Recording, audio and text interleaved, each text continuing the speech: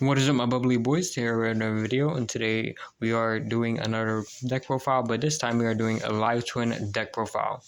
And this deck is probably my favorite deck of all time, especially the pure version. The pure version I started out with and was been loving it ever since I picked it up.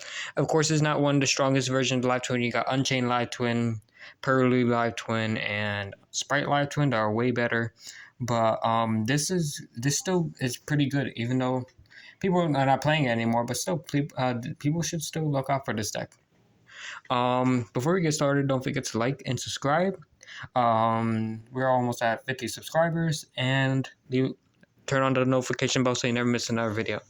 Now, without further ado, here we go.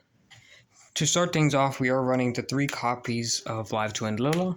Lilla is pretty mandatory, especially at 3, because she is the better live twin to normal summon with, because she gets you into your live twin key skill Frost, and what the Frost does is banish it from your grave if you control evil twin monster, and if you do, draw a card if your opponent adds a card from the deck to their hand, which is actually really nice because that gets you an extra draw with your Frost and then another draw with your key skill, which basically lets you a draw 2 on your opponent's turn and a draw 2 on your turn when you start the game off, which basically gives you a draw 4, which is insane. And if you draw into more hand traps, you're basically going to win game, which is actually really nice. So that's why Live Twin Lilla, of course, is a 3 of. Next, 2 copies of Key Skill. You could bump this up to 3 if you like. I think I would actually bump this up to 3 as well. But I don't have the 3rd one at the moment. I only got 2.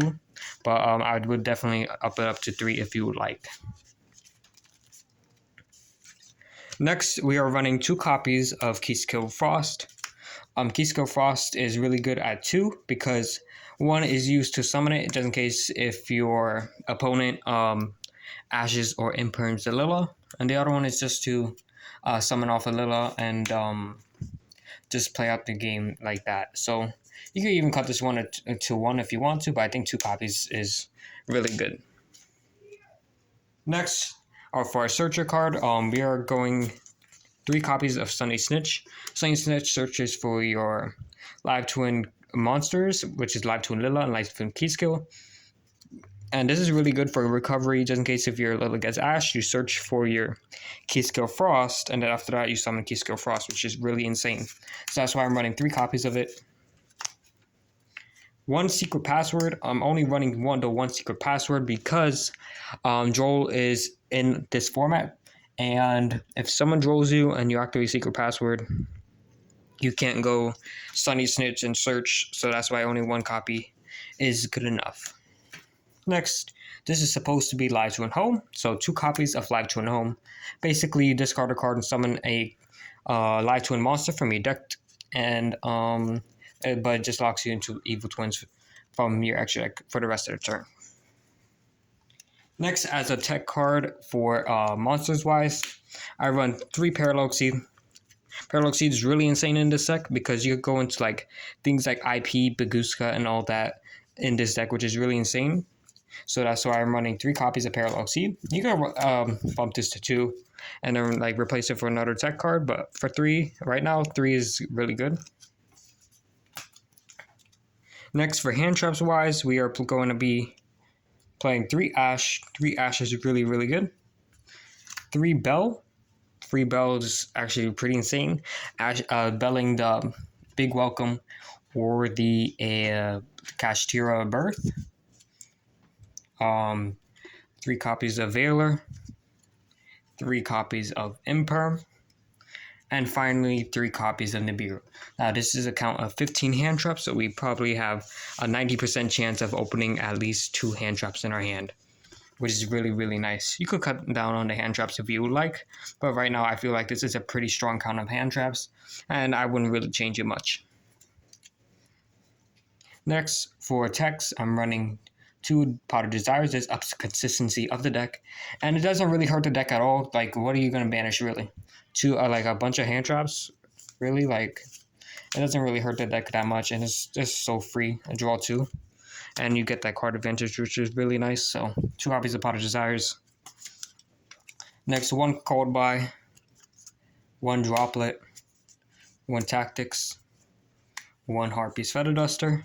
I'll show you guys some cards that you could replace and add at the end of the video, so stay tuned for that. So Harpies is really good for back row. Tactics is good for when you get hand trapped, because you can play through hand traps, so you don't really need to run the cross-deck designator. That's why I'm not playing it in this build. 1 Droplet. I would definitely bump this up to 2 if I were you, because this card is so good for even for breaking boards. So that's why I'm not running any going second cards, because this deck, first of all, has a bunch of hand traps, and second of all, can play through so many can break boards is insane. So you don't really need to play some going second cards, like only 2 droplets in the max that you need to play, and plus True Tactics Talent is technically like a going second card, so it's not too worrisome about I'm not too worried about running evenly matched or something like that. And finally, I'm running 3 copies of Torrential Tribute. Torrential Tribute is pretty insane, and also Nibiru. So the pretty cool thing about this, guys, is let's say if you activate the effect of Trouble Sunny, Evil Twins Trouble Sunny, you activate the effect first, and then activate one of these 2 cards. You clear your opponent's board. After that, Trouble Sunny's effect will resolve and summon out the key skill and the little back from the grave, which is really, really insane. It's really, really free. It's basically like a Raigeki during your opponent's turn, which is really, really nice. Next, now let's go on to the extra deck. The extra deck, we are running 3 copies of Evil Twins Trouble Sunny. Trouble Sunny is definitely a 3 of. It's pretty good.